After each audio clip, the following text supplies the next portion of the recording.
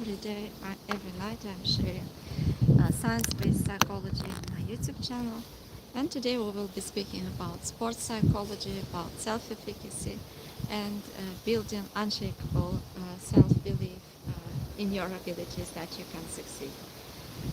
That experience, I'm not, maybe you have oftentimes experienced the same thoughts that you think that you are not sure that you are capable, if you can succeed or if you can do this. And it's one of most powerful forces shaping human behavior because our thoughts impact our behavior, our mood. And if you have thoughts that you cannot succeed, that you cannot do certain tasks, then it will be more difficult for you to take chances, to risk, to try, because these beliefs would be impacting your mood and behavior. And the ability to believe in yourself, in your success, is called self-efficacy, and it's the strongest single psychological predictor of performance outcomes. So according to research, people who are believing in their abilities and who have stronger self-belief, self-efficacy, are more successful. And according to Albert Bandura in Stanford University, self-efficacy is a person's belief in their capability to execute behaviors necessary to produce specific outcomes. And it can be task-specific, context-specific, domain-specific. And according to meta-analysis, self-efficacy accounts around 30% of variance in work performance and outperforming personality, IQ, and past experiences. And according to neuroscience, people who have high self-efficacy have greater prefrontal cortex and lower amygdala reactivity, which means they are able better regulate their emotions, can better decide and focus for a longer time. And this belief creates neurological conditions to better performance. So there are four main sources of self-efficacy. First of them is mastery experiences, which is most important. Actual success is a task requiring genuine effort, and each one deposits evidence that I have done this before and I can do this again. And deliberately mastering stacking a progression of achievable challenges is the highest leverage investment. If we consider from solution-focused perspective, then thinking about past evidences of success, reminding yourself about past times when you were able to succeed, can increase self-efficacy and ability to succeed and to do more. For instance, instead of asking yourself, why am I struggling, why I can't succeed, we can try asking what already works, which evidence of success I already had, and when have I handled something similar before, what small next success is possible. And this leads to direct your attention and your thoughts towards what's possible and what you can do. And mastery experience becomes a success exception, proof that the person already possesses and has useful strengths, capabilities, skills, and resilience. For instance, imagine you managed anxiety well previously. What helped you exactly to do that? How did you do that? You stayed consistent for 1 week before. What was there about you that made you to make that possible? Or maybe you have solved difficult situations in the past. Which qualities did you use? And noticing these successes, these exceptions, and considering what did you do differently and repeating them can help to expand these behaviors. And this is actually called mastery stacking, and noticing small achievable successes, repeating them intentionally, noticing what works and using this more often, and until confidence and change grow naturally from accumulated evidence. So the central belief here is that small successful actions create momentum, identify change and hope, and faster than analyzing problems endlessly. So if we see mastery experience from different perspectives, mastery experience is not just winning, it's attempting something meaningful, facing some resistance or uncertainty, persisting, and eventually succeeding.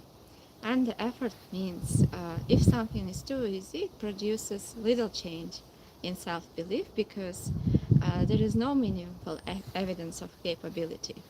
But for instance, finishing your first 5 kilometers run after struggling through training, or successfully giving a presentation despite anxiety, learning to cook several meals, different types of meals, and recovering from a failure and succeeding later, building a small business project that would start to work can incredibly increase your self-belief, self-efficacy, and make it more likely for you to try again, to do it again, and each success updates your internal model of yourself.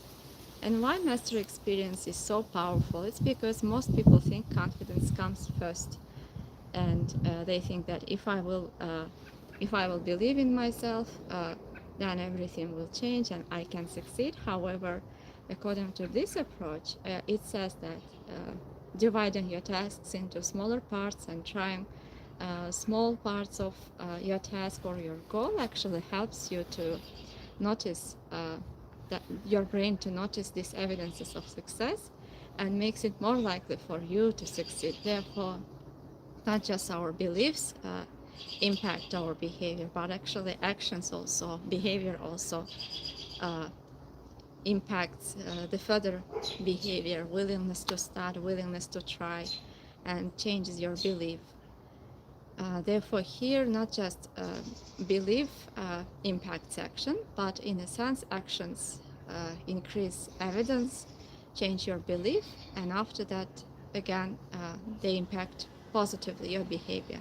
So your nervous system trusts lived evidence more than thoughts, and you can repeat affirmations endlessly, but one real accomplishment often changes self-perception more significantly than any other things. That's why mastery experience reduces uncertainty.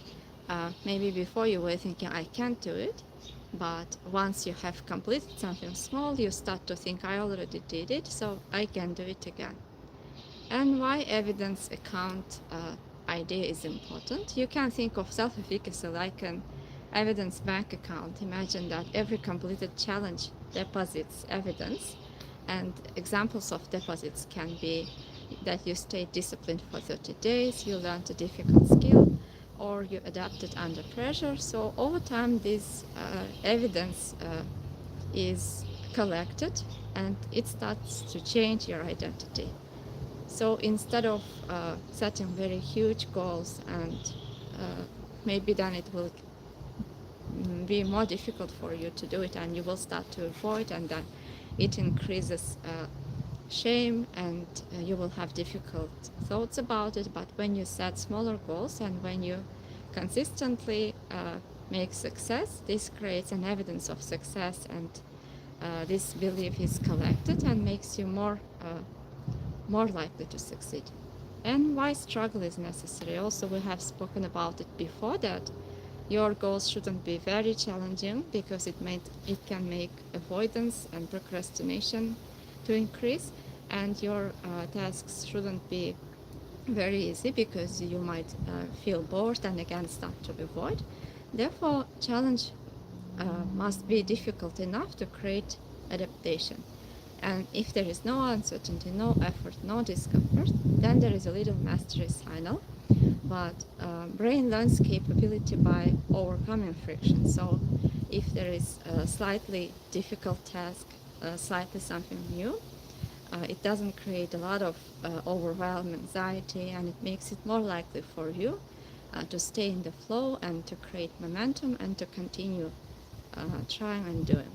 And muscles grow from resistance, and competence grows from challenges. And what deliberate mastery stacking means? The phrase refers to intentionally building confidence and capability through a sequence of progressively harder wins. And this means instead of attempting one massive leap, you can create a ladder. Imagine, for instance, a stairs, and you can set your goals and plan according to that stairs, and you can increase the challenge of each goal, and you can start from the slightest, the smallest ones, and gradually increase the intensity, the challenge, and you can slowly go up from the ladder. For instance, if you are trying to learn a public speaking, if you set very huge goal and if you will try to speak in front of big audience at once, it can be difficult for you to cope with it all at once, and maybe you will feel panicked, and it can be difficult for you to speak, and then maybe you will fail, and this would create further avoidance and thoughts about you that you cannot do it again. However, if you are setting small goals and if you start speaking, for instance, for a slow audience first, and if you gradually increase the challenge, and after that you increase it into a wider audience, and if you start, for instance, giving a 2-minute presentation, then you slowly increase it into 10-minute, 20-minute, 30-minute, and when you slowly increase the intensity and difficulties, you can slowly adapt and succeed.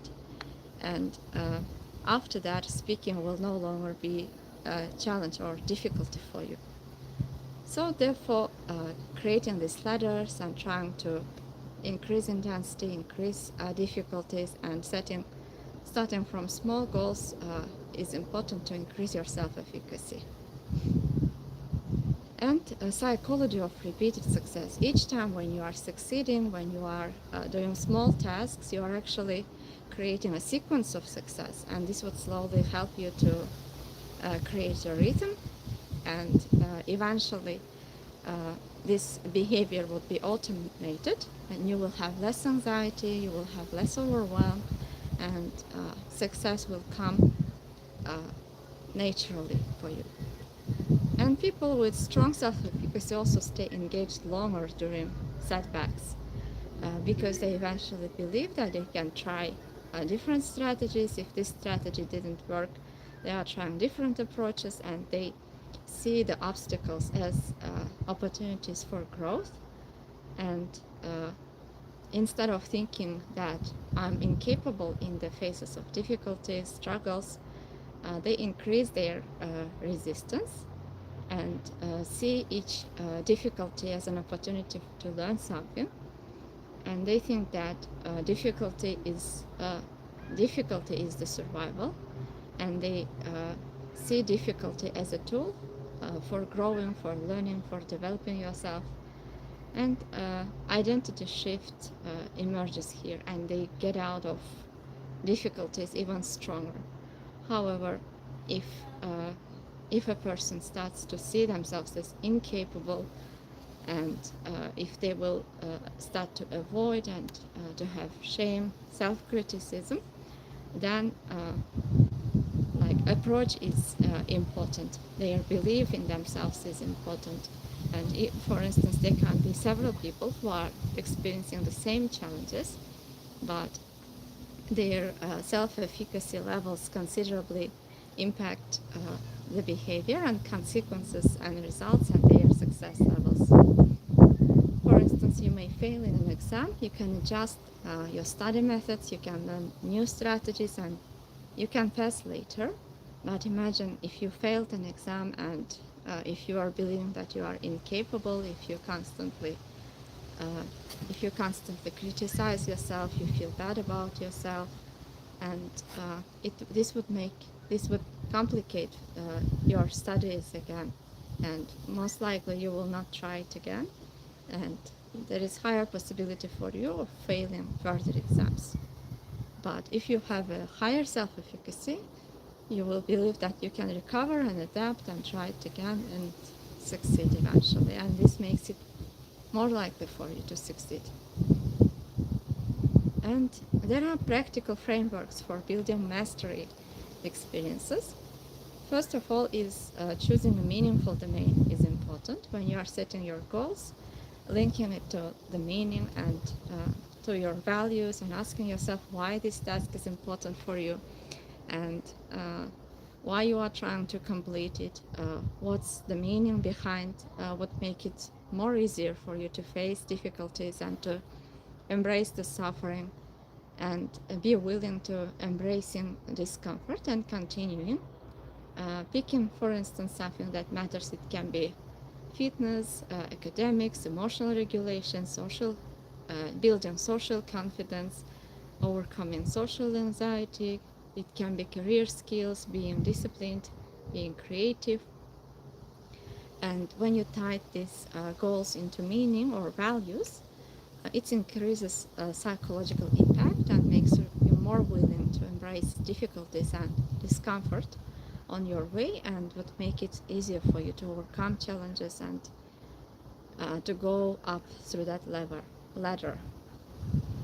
And also, as we have discussed, defining a challenge ladder and creating levels and starting from the easiest one. For instance, if you are trying to learn to do sports, you can start from walking 10 minutes and then increase it into 30 minutes, and then starting jogging and completing a 5-kilometer run and training consistently for 3 months. And this would incredibly help you to increase speed and endurance. And each time when you will be going up the ladder, your self-efficacy, your self-confidence would increase and make you more likely to succeed.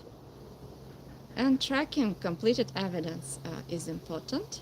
For instance, noticing your evidence of success and your progress, and maybe writing down it somewhere, or tracking your success uh, would make it easier for you to see the success and give you immediate feedback. This also, according to research, helps you to increase your self-confidence, to maintain your motivation, and to create momentum and make it more likely for you to succeed in the future.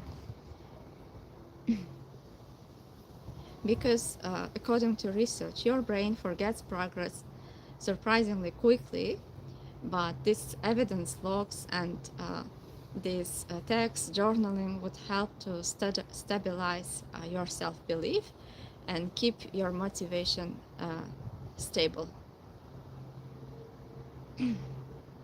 And normalizing setbacks and noticing thoughts that you have about setbacks or challenges is important.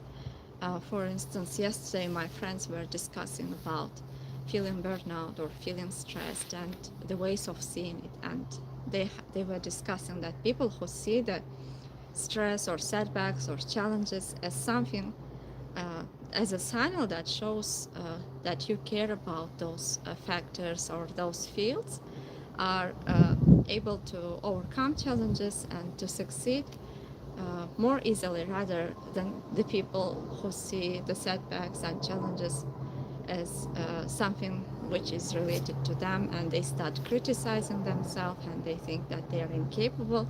So noticing your thoughts, your beliefs, your feelings regarding challenges, and uh, sticking it towards the meaning and asking, why is this important for me, can help to decrease the stress levels and to gain new perspectives and to relieve the stress that you might be experiencing from perceiving the setbacks and obstacles.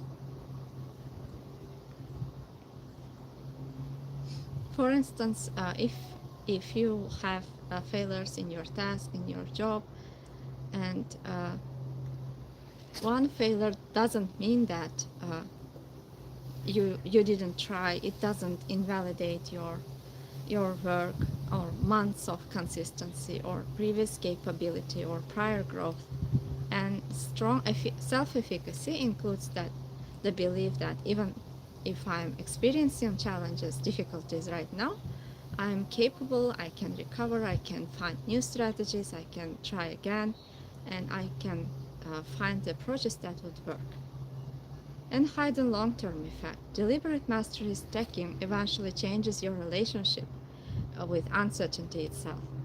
And if before, for instance, when there is uncertainty, when there is a field that you don't know, if before it was creating stress for you and you were avoiding or you were procrastinating or you were feeling stressed, over time when you train your brain to perceive uncertainty as an opportunity for growth, for learning, for developing or mastering the skills that you want to learn, you stop requiring guarantees before acting, and this makes it easier for you to act even in the face of uncertainties, because your history teaches you that you were able to adapt, to learn, to recover, to improve.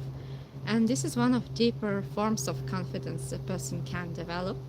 Therefore, even like when we face with setbacks, when we face with challenges, uh, difficulties in that sense create for us an opportunity to become stronger and more resilient, and to train our brain towards difficulties and uncertainty. And over time, when you face a lot of difficulties and uncertainty, it will be easier for you to embrace it and to see it from different perspectives, and your brain will stop reacting so strongly or seeing it as a danger or as a threat, and your anxiety levels would be decreasing.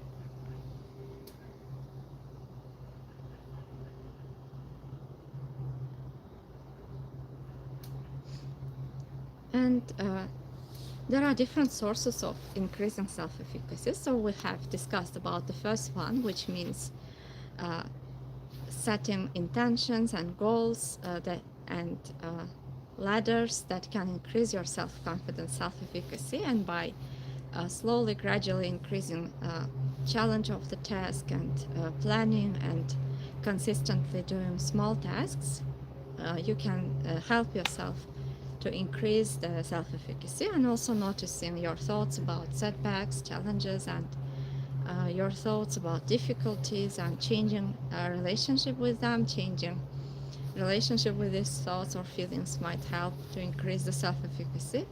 And also watching someone similar to you succeeding. For instance, according to research, people who were able to observe people with similar backgrounds who are trying to achieve similar goals were more likely to try these tasks and goals, and they were able to succeed. And if they, for instance, you might notice that if they can do this, I can do it again. And this representation matters because, according to research, it's considerably increasing motivation and neurologically and performatively. Therefore, intentionally surrounding yourself with people who are trying to achieve similar goals like you, who are trying to develop similar skills, and immersing yourself in this kind of environments would also help you to increase self-efficacy, self-belief, and would make it more likely for you to succeed. And this is called vicarious experience. And verbal persuasion, being told specifically by a credible, trusted person that you have the capability, and social factor are important because this person's should have certain qualifications in that field and must be specific, observed, and task relevant. And generic praise has limited impact, but if the feedback is realistic and if it's genuine, it was found to be a powerful tool for increasing self-efficacy and self-belief. So maybe finding some people who are good in your field and asking their opinion and asking how you can improve yourself, how you can improve your skills, how you can succeed, can also help you to create a safe environment and make you more likely to succeed. And the fourth source is physiological and emotional states. According to Alison Woodbrooks in Harvard University, simply saying I'm excited before performance rather than trying to calm down significantly were found to improve outcomes. So each time when you are trying to perform something that's important for you, or you are trying to accomplish something, when you are trying to succeed, noticing the thoughts and feelings that you have, and your perception of this stress, of these feelings and these thoughts is important, because oftentimes I also notice it with my clients when they have anxiety, when they have stress or challenges. Some people start to perceive it as a threat, and for instance, they start to see anxiety as something dangerous, and if they have high heart beats, if they have challenges breathing, they become panic of these symptoms, And actually, the way they perceive these difficulties or symptoms become a factor that increases anxiety.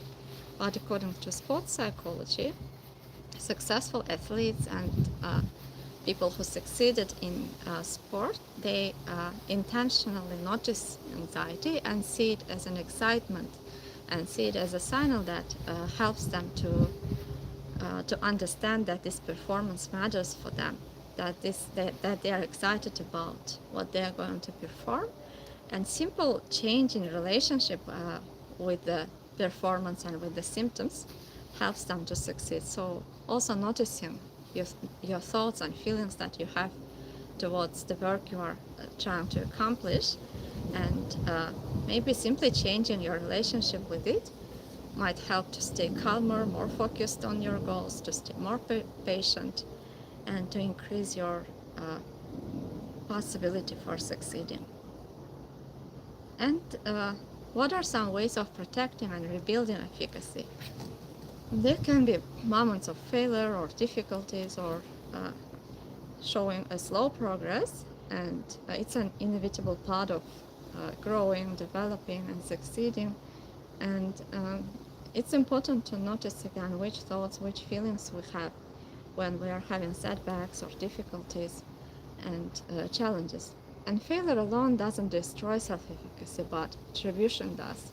Internal, stable, global, and uh, what meaning we have from these challenges and failures. For instance, some people link failure towards their identity, and they think this is my fault, I'm lazy, I'm not smart enough, and this time it becomes devastating, and this can significantly impact negatively their emotions, their behavior.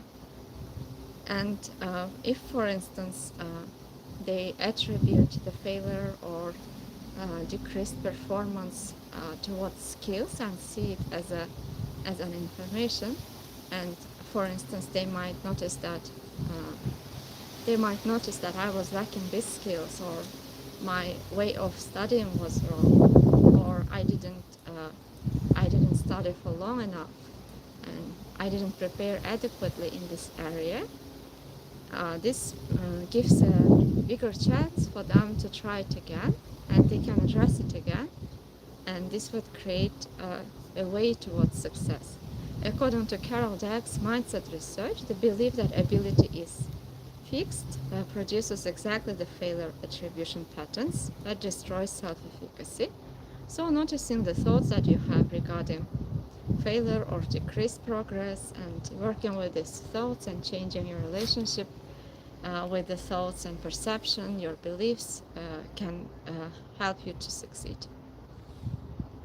And there is a domain efficacy map, rating self-efficacy from 1 to 10 per domain, and identifying what evidence supports this belief, what would build more, which of the four sources am I underutilizing. So examining the strategies and sources of motivation, self-efficacy that we have discussed, and seeing in which patterns are we lacking, in which patterns do we need to work on more, can help to create a domain efficacy map for you, which you can use to improve your performance and self-belief. And mastery log, every day writing down one thing that you accomplished that required genuine effort, and creating reward for yourself, and over weeks this becomes a bank of evidence of when efficacy wobbles. And also rewarding yourself, and for instance, not setting too long-term goals, not too big goals, but deciding what you want to do, in which area you want to succeed, in which area you want to develop your skills, and setting small achievable goals every day, and trying to make it as close to present moment as possible is also one of strategies to maintain your motivation levels. Because if the goal is too long term, and if the goal is too big, your brain will create an urge to procrastinate, to avoid, and it will be less likely for you to try to succeed. and you will keep procrastinating, avoiding. But if you make the task as small as possible and as close to present moment as possible, it will create momentum for you.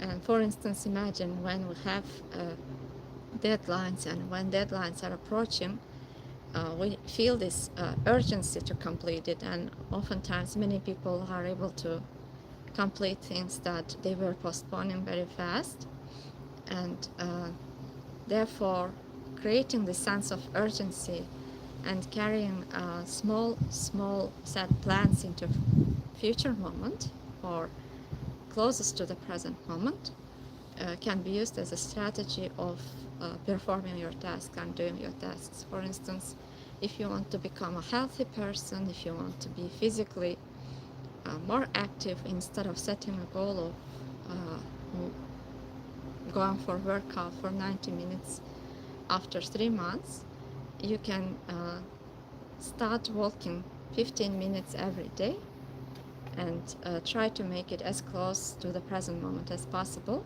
and this would make you more likely to succeed. And using similarity role model practice, finding some successful people in your field and following them and searching for their success, what helped them to success, which strategies they used, and using this wisdom of your role models, interacting with them, asking might help. And pre-performance reprisal script before high-stake moments, saying I'm excited, my body is preparing me for a good performance, and I have prepared for this, and I have done similar things before, can help to considerably decrease your anxiety levels and to start to see the stress and difficulties from different perspective, and to better focus on your work. So I hope this session was helpful for you. I tried to share evidence-based strategies about sports psychology and how athletes and successful people are succeeding and increasing their self-efficacy, and that it's not something fixed, but it's something that can be developed, worked on, and used to help you to achieve your goals and to succeed. And it's something that you build deliberately, systematically through evidence, and the building never stops. If you want to learn more about these topics, don't forget to subscribe and turn on your notifications, because we are continuing to discuss topics about motivation, sports psychology, about using different strategies and therapy types for achieving your goals, for better managing your time, motivation, and succeeding. And if you also have further questions, you can leave your questions in the comments. I will be glad to research for you and to answer to your questions in the next sessions. Take good care of yourself, and see you in the next videos again.